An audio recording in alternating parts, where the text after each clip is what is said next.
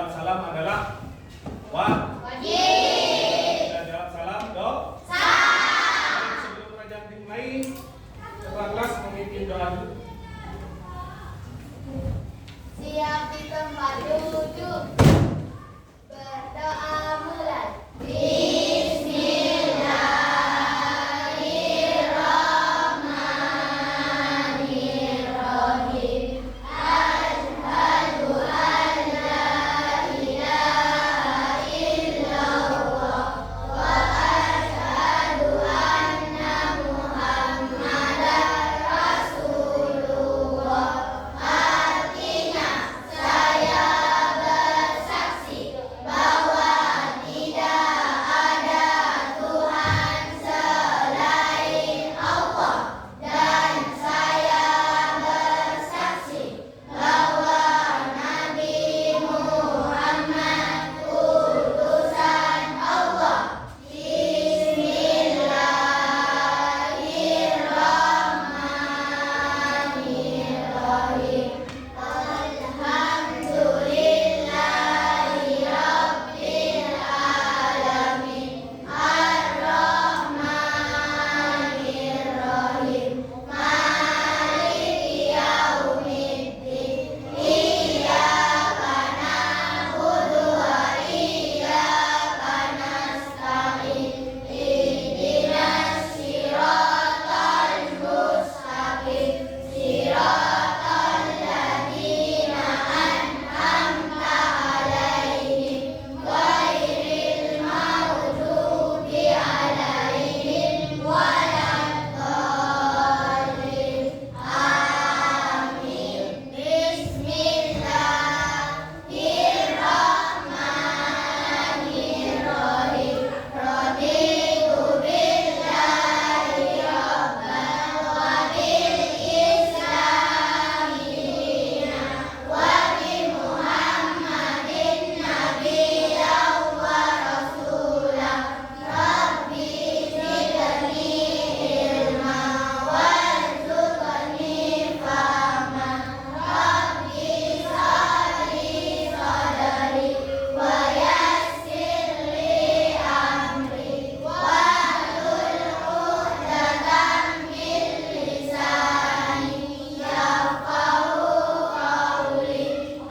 Allahumma ighfirli wa liwalidayya warhamhuma kama rabbayani shaghira. Amin ya rabbal alamin. Baik, terima kasih. Ada yang tidak masuk hari ini? Lengkap berarti ya? Alhamdulillah. Semoga semuanya diberikan kesehatan. Amin. Agar bisa melaksanakan pembelajaran dengan baik. Ya, sebelum Pak Robi menjelaskan materi apa hari ini, saya akan menjelaskan dulu. Sekarang atau hari ini kita akan melaksanakan pembelajaran terpadu, yaitu pelajaran IPS, IPKN dan bahasa Indonesia. Jadi materi yang sudah dibagikan nanti akan kita bahas bersama. Sebelum pelajaran hari ini dimulai, untuk pelajaran minggu kemarin, apakah ada pertanyaan ataukah ada materi yang belum bisa dimengerti oleh kalian semua? Tidak ada ya? Berarti sudah bisa dipahami. Baik, sekarang kita akan melaksanakan materi pembelajaran hari ini. Yang pertama yaitu tentang pelajaran IPS. Ya, IPS. Pada saat ini kita akan membahas tentang proklamasi. Ya. Siapa yang tahu proklamasi itu apa?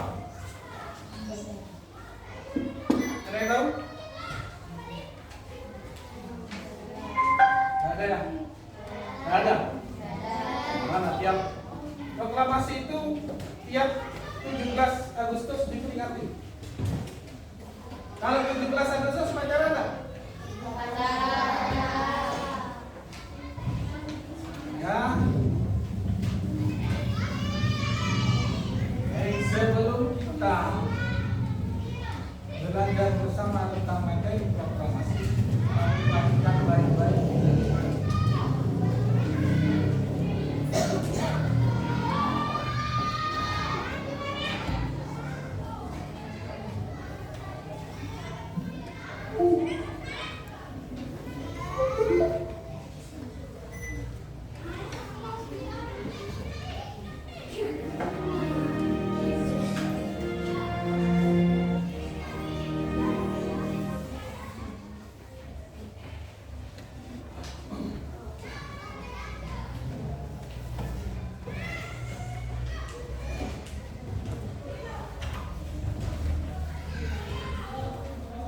Perhatikan baik-baik. Saya akan memutar sebuah video. Proklamasi kami bangsa Indonesia dengan ini menyatakan kemerdekaan Indonesia. Hal-hal yang mengenai pemindahan kekuasaan dan lain-lain diselenggarakan dengan cara saksama dan dalam tempo yang sesingkat-singkatnya. Jakarta, 17 Agustus 1945, atas nama bangsa Indonesia, Soekarno, Hatta. Saya ulangi ya. Perhatikan baik-baik video yang tadi sudah ditampilkan, sekarang akan saya tampilkan lagi, jadi perhatikan baik-baik. Proklamasi kami bangsa Indonesia dengan ini menyatakan kemerdekaan Indonesia. Hal-hal yang mengenai pemindahan kekuasaan dan lain-lain diselenggarakan dengan cara saksama dan dalam tempo yang sesingkat-singkatnya. Jakarta, 17 Agustus 1945, atas nama bangsa Indonesia, Soekarno, Hatta.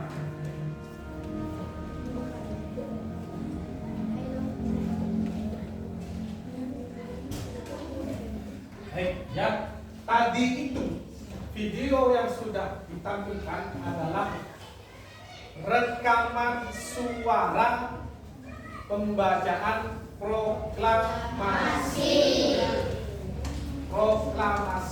kemerdekaan Indonesia. Nah, ini sengaja saya berhentikan di sini videonya. Di sini ada orang yang sedang pegang teks, yaitu teks proklamasi. Ada yang tahu ini siapa? Ada yang tahu ini siapa? Ini namanya Soekarno Hatta. Insinyur ini Muhammad Hatta. Ini Soekarno, bukan Soekarno Hatta. Ini Soekarno. Kayak double, ya. Ini Pak. Ya. Jadi kedua orang ini adalah tokoh utama dalam terjadinya proklamasi kemerdekaan negara Indonesia.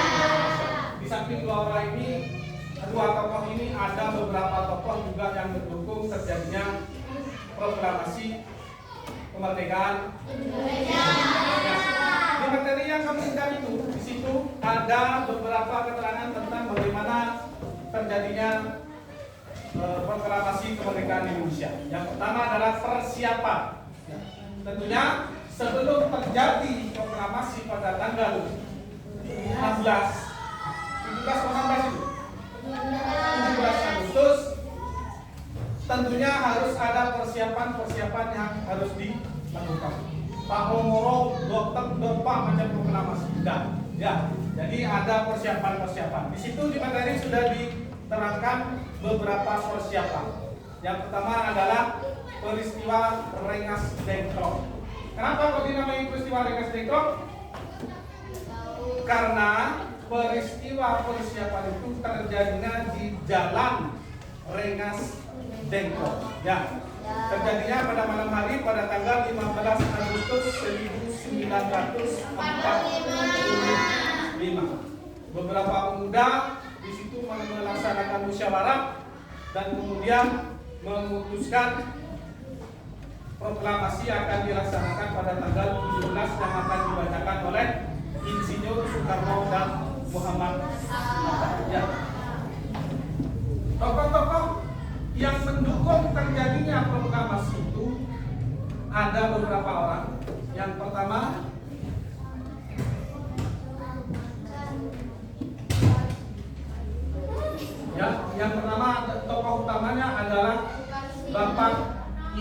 Untuk Bapak Insinyur Soekarno pada waktu itu ketika masih muda, dan setelah itu Bapak Soekarno menjadi Presiden Indonesia yang ya, setelah itu tokoh Bapak Soekarno akhirnya menjadi Presiden Indonesia yang setelah itu tokoh yang kedua adalah yang mendampingi Bapak Soekarno pada waktu pembacaan adalah Bapak Muhammad Hatta. Di situ ada waktunya, itu adalah Bapak Muhammad Hatta. Kemudian tokoh-tokoh, oh ya, tadi Bapak Soekarno itu tugasnya adalah membaca teks proklamasi. Yang membaca teks proklamasi. Kemudian Bapak Hatta itu mendampingi Bapak Soekarno ketika pembacaan teks proklamasi. Dan akhirnya juga ketika Bapak Soekarno menjadi presiden pertama, yang menjadi wakil presiden pertama adalah Bapak Muhammad Hatta. Kemudian tokoh selanjutnya yang mendukung terjadinya proklamasi adalah Ahmad Subarjo. Ya, Ahmad Subarjo. Nah, ini fotonya Bapak Ahmad Subarjo. Ya. Bapak Ahmad Subarjo ini adalah orang yang merumuskan paragraf pertama teks proklamasi. Ya, jadi orang yang merumuskan teks proklamasi pertama itu adalah Bapak Ahmad Subarjo. Ya, tulisannya Subarjo. Itu namanya ejaan lama. Kemudian tokoh selanjutnya adalah Sayuti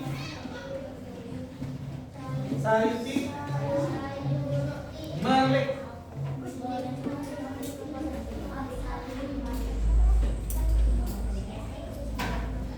Nah, ini tokoh muda yang pada waktu itu juga mendukung terjadinya peristiwa proklamasi. Ya, Sayuti Malik ini tugasnya pada waktu itu adalah mengetik teks proklamasi. Jadi yang mengetik teks proklamasi itu Bapak Sayuti Malik, sehingga bisa dibacakan pada waktu peristiwa proklamasi. Kemudian yang berikutnya adalah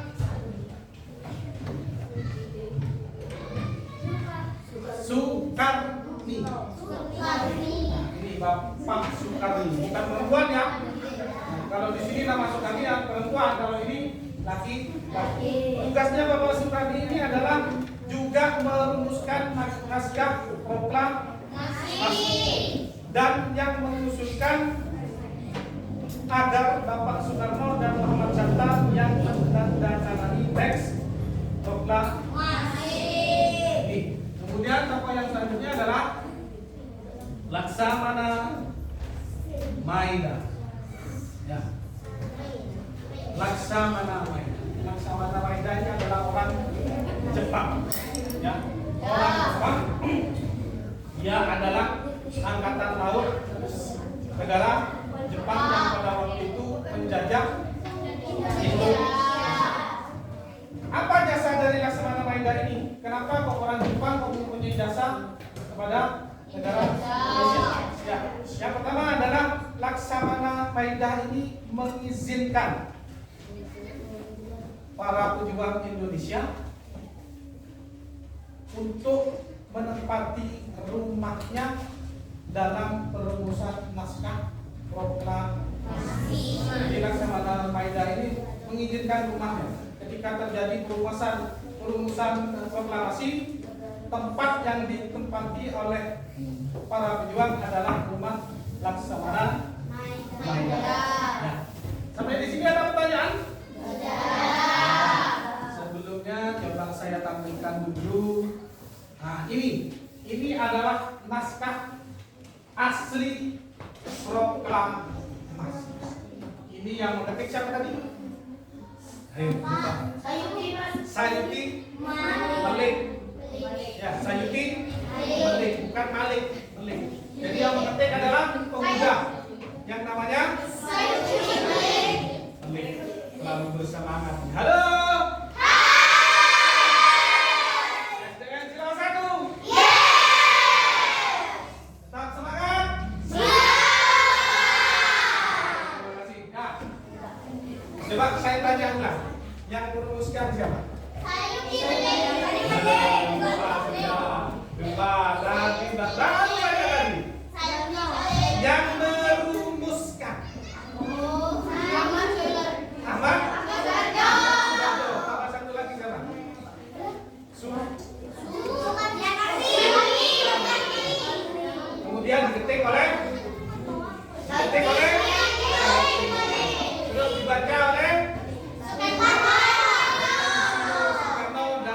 didampingi oleh Bapak. Baik, itu sekilas tentang terjadinya proklamasi kemerdekaan negara Republik Indonesia. Nah, di situ di materi juga diterangkan banyak sekali dari awal detik-detik persiapan sampai detik-detik pelaksanaan proklamasi. Kamu nanti bisa mempelajari di rumah sambil duduk-duduk, sambil santai-santai bisa mempelajari materi tentang proklamasi. Sampai di sini ada pertanyaan kira-kira? Oke, sekarang kalau tidak ada yang bertanya, saya yang akan proklamasi ini terjadinya di mana? Di mana?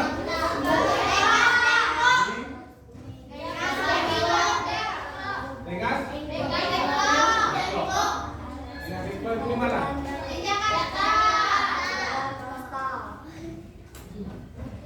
Terjadinya adalah di Jakarta.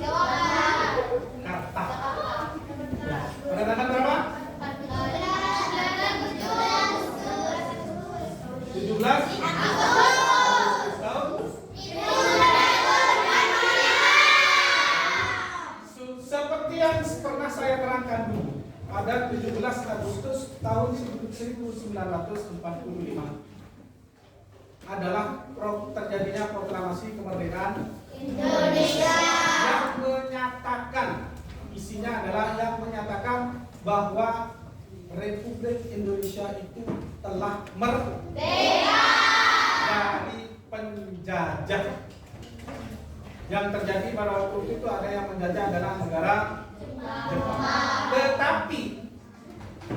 Tetapi walaupun telah dilaksanakan proklamasi pada waktu itu, tidak semerta-merta negara Indonesia itu menjadi merdeka.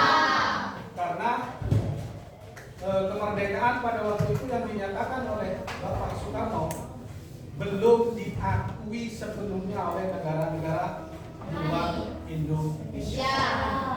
Hanya pernyataan saja. Baik, kira-kira sudah cukup untuk pelajaran IPS yang mempelajari tentang terjadinya peristiwa proklamasi. Sekarang kita lanjut ke pelajaran kedua, yaitu PPKN dengan tema menghargai keputusan bersama. Ya, menghargai keputusan bersama. Ya, coba saya kasih waktu 5 menit untuk kalian membaca materi yang ada di teks itu. Ya, keputusan bersama nanti dibaca. Setelah kalian baca, kita bahas bersama. Baik, saya kasih waktu 5 menit apa 10 menit? 10 menit. Baik, dilaksanakan.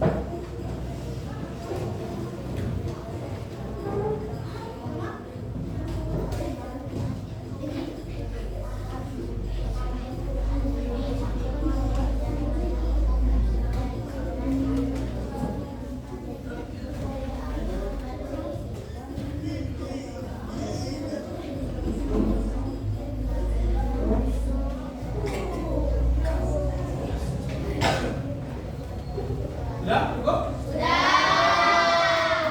Sebelum dilanjut, kamu juga perhatikan video ini.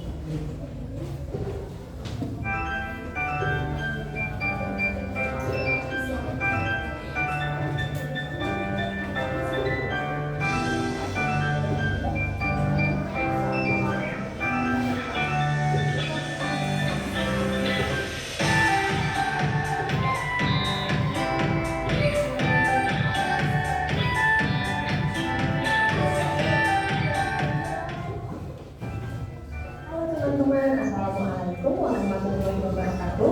Berjumpa lagi bersama saya Siti Fatimah Lutfini di channel Kids Learning Indonesia. Di video kali ini kita akan belajar mata pelajaran PPKN yaitu mengenai mengambil keputusan dengan cara bermusyawarah. Oke teman-teman, sebelum kita masuk ke pembahasan, izinkan saya untuk menyampaikan tujuan pembelajaran kita hari ini. Yang pertama, teman-teman mampu mengetahui pengertian musyawarah dan mufakat.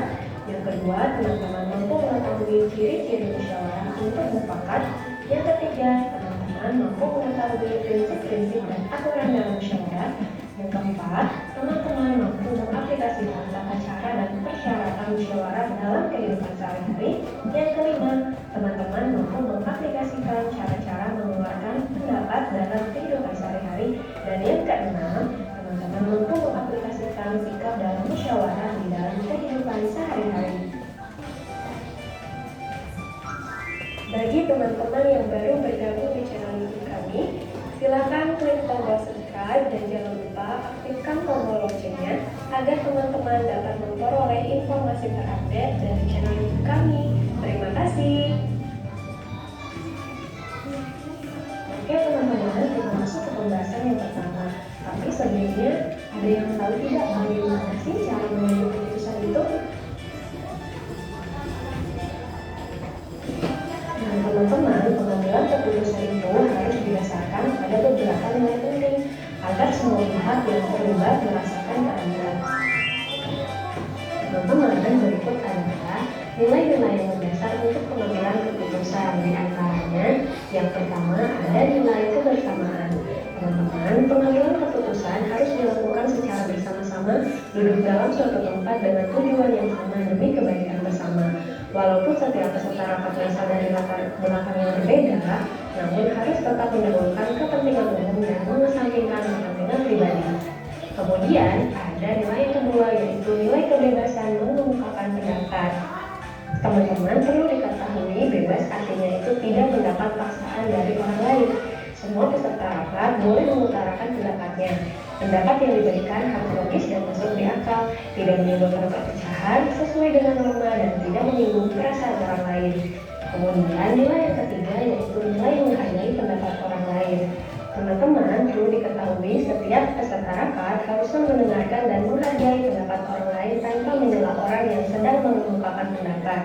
Bila tidak setuju dengan pendapat yang dikemukakan peserta lain, boleh menanggapinya tetapi dengan cara yang sopan agar tidak menimbulkan permasalahan. Kemudian nilai yang keempat yaitu nilai jiwa besar serta lapang dada melaksanakan hasil keputusan dengan rasa penuh tanggung jawab. Nah, teman-teman, di dalam musyawarah ini, seluruh peserta rapat diberikan hak yang sama untuk mengemukakan pendapatnya. Mereka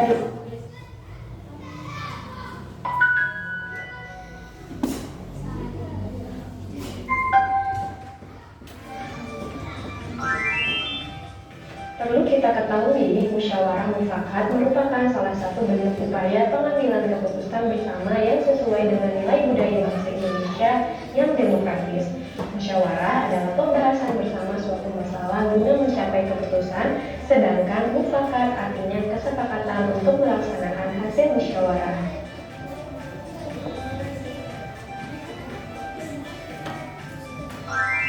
Jadi, yang dimaksud dengan musyawarah mufakat adalah perundingan bersama untuk memecahkan masalah sehingga tercapai keputusan bulat yang akan dilaksanakan bersama. Kita harus mengutamakan musyawarah dalam mengambil keputusan untuk kepentingan bersama, bukan untuk kepentingan golongan atau pribadi. Ya, sampai dulu videonya. Dari video yang sudah kamu simak tadi, ya, ini isinya video tentang musyawarah. Ya, sekarang kita akan membahas tentang keputusan bersama. Ya. Di teks yang kamu pegang itu, keputusan itu ada dua. Ada keputusan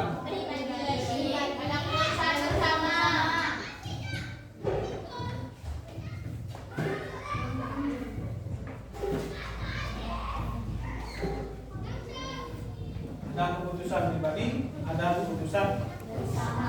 Apa yang dimaksud dengan keputusan pribadi? Ya, keputusan yang diambil secara perorangan. Jadi seumpamanya ada sesuatu yang harus diputuskan, tetapi pada waktu itu tidak ada banyak orang atau hanya sendirian. Jadi ketika terjadi suatu keputusan itu disebut keputusan pribadi. Jadi tidak dilaksanakan oleh banyak orang. Yang selanjutnya adalah keputusan bersama. Apa yang dimaksud dengan keputusan bersama? Keputusan yang diambil secara bersama-sama atas organisasi keputusan bersama. Ya. Keputusan bersama itu keputusan yang dihasilkan dari banyak orang. Ya, dari banyak orang. Jadi bukan hanya keputusan dari satu orang atau pribadi.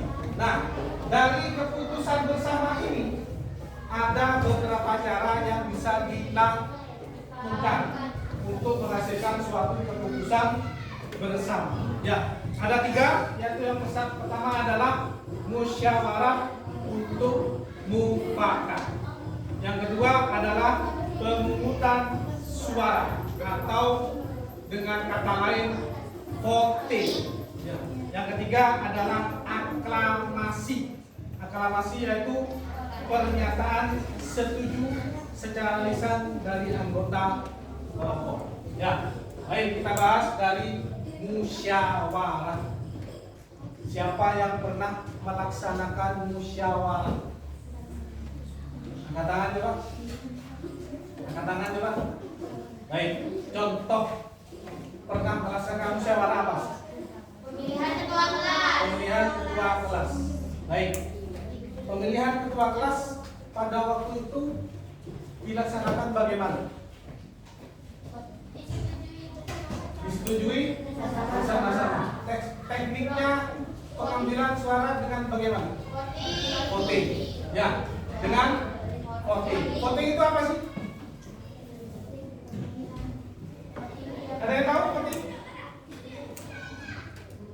Pengambilan keputusan dengan suara terbanyak, itu namanya. Yang saya tanyakan tadi apa? Siapa yang pernah melaksanakan musyawarah? Apakah musyawarah dengan voting beda? Beda, secara teknisnya beda. Tapi tetap masuk dalam keputusan bersama. Kalau musyawarah itu biasanya terjadi ketika banyak orang menginginkan suatu keputusan, tapi orang itu banyak yang beda pendapat. Si A pendapatnya biru, si B pendapatnya kuning, si C pendapatnya merah. Dan akhirnya pendapat yang berbeda itu disatukan, diambil pendapat yang terbaik. Diambil pendapat yang terbaik. Jadi tidak ambil keputusannya si A, tidak ambil keputusannya si B atau si C, tidak. Ya, keputusan itu lahir dari pendapat dari 3 orang ini tadi. Contohnya, dicari keputusan yang paling baik dari ketiganya. Itu namanya musyawarah. Banyak contohnya. Ya termasuk tadi pemilihan ketua kelas contohnya. Bisa dilakukan dengan musyawarah, bisa dilakukan dengan voting. Caranya kalau musyawarah bagaimana? Ada moderator di situ biasanya. Ada yang memimpin musyawarah. Yang memimpin musyawarah ini tanya ke anggota. Ya.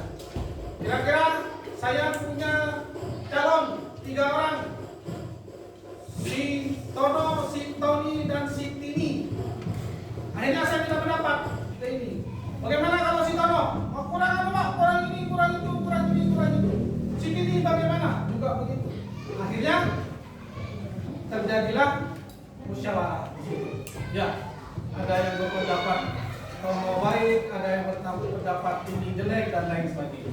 Akhirnya moderator memutuskan. Setelah dikumpulkan beberapa pendapat, akhirnya diputuskan ketua kelas adalah si Tono. Namanya ya.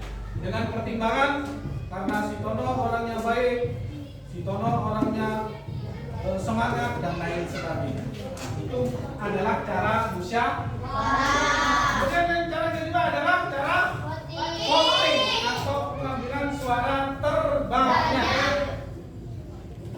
Kembali ke pemilihan ketua kelas tadi menggunakan cara voting. Akhirnya saya punya 3 calon, Tono, Tini, dan Tina. Siapa yang pilih Tono? Yang angkat tangan. Yang angkat tangan pilih Tono, ketemu orang 10. Siapa yang pilih Tini? Angkat tangan, ketemu orang 15. Siapa yang pilih Tina? Angkat tangan semua, akhirnya ketemu orang 15. Jumlahnya semua berapa? 30. Dan dihitung ya. Ya. Siapa yang terbanyak kali? Siapa? Mendapatkan suara berapa? 5. Yang pertama 10. Yang kedua berapa? Yang pertama 10. 5 atau 10 tadi yang berapa? 10. Yang kedua 15. Yang ketiga sama berarti. Antara ya, Tina dengan ini. Akhirnya karena terjadi sama suara, dipilih ulang. Tono di eliminasi, dihapus. Dipilih ulang antara Tini dengan siapa yang pilih Tini? Akhirnya angkat tangan. Terjadi yang angkat tangan 20 orang. Siapa yang pilih Tina? Akhirnya angkat tangan, yang angkat tangan orang 25.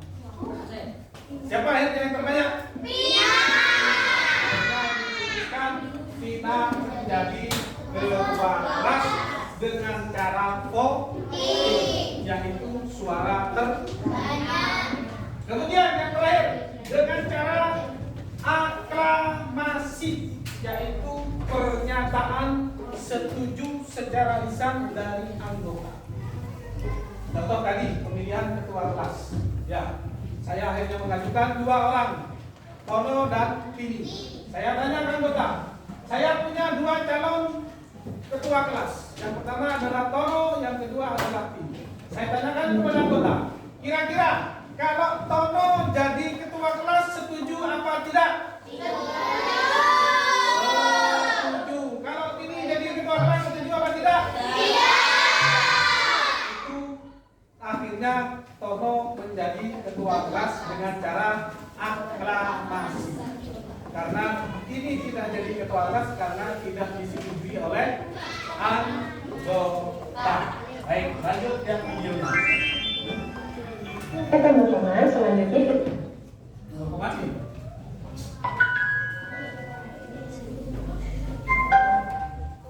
yang kedua, usul atau pendapat yang disampaikan mudah dipahami dan tidak memberatkan.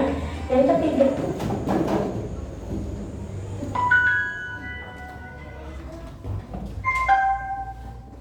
pembicaraan harus dapat diterima dengan akal sehat dan sesuai dengan hati nurani. Nah, teman-teman, selanjutnya kita akan mengetahui prinsip-prinsip dan aturan musyawarah. Apa saja sih prinsip-prinsip dan aturan musyawarah? Mari kita bahas bersama-sama. Yang pertama, musyawarah dilandasi dengan akal sehat dan hati nurani yang luhur. Yang kedua, musyawarah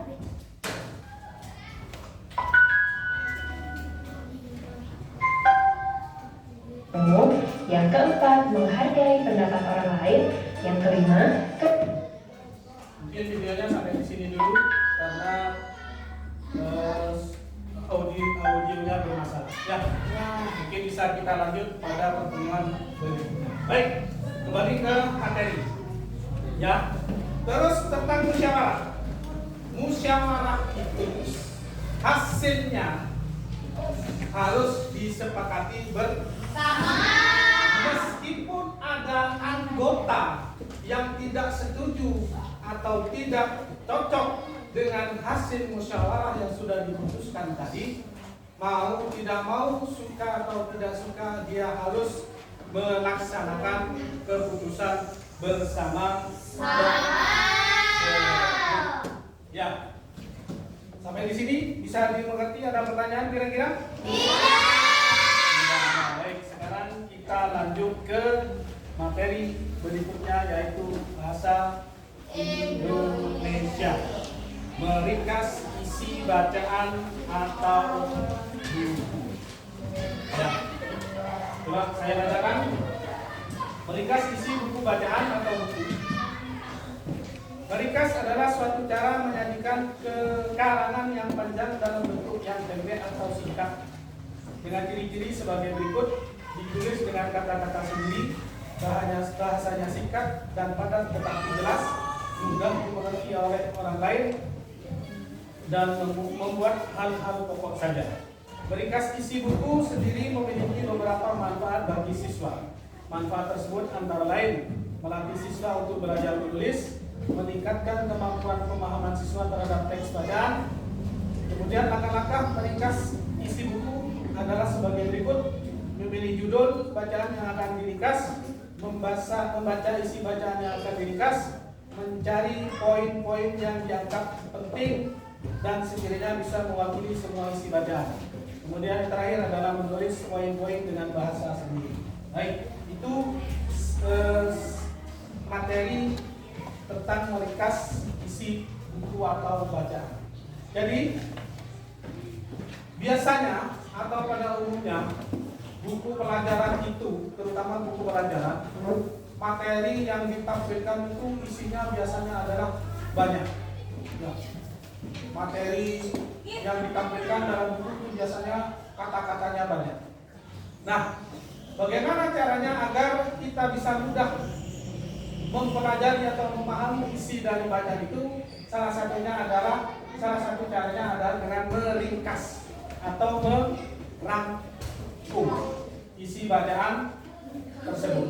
Caranya bagaimana? Sudah saya bacakan tadi. Jadi kita menggunakan bahasa sendiri. Tidak harus sama dengan bacaan yang akan diringkas. Menggunakan bahasa sendiri yang sekiranya bisa dipahami. Kemudian bahasanya singkat. Jadi dari bacaan yang panjang itu akhirnya kita singkat sehingga menjadi bacaan yang pendek dan juga gampang dimengerti. Tidak dengan bahasa-bahasa yang tidak bisa dimengerti atau ya. Jadi itu ciri-ciri bagaimana cara meringkas bacaan. Ada pertanyaan? Untuk materi yang terakhir, yaitu meringkas isi bacaan, kalian akan saya beri tugas. Ya. Tugasnya apa? Yaitu meringkas materi tentang proklamasi. Di halaman pertama itu ada bacaan tentang proklamasi. Jadi itu kan banyak tuh, ya. Jadi kan banyak.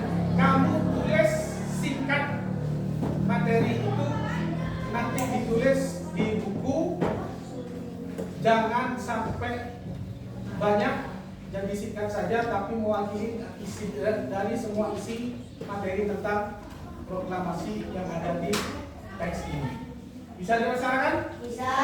Ada pertanyaan tentang tugas? Tidak. Baik.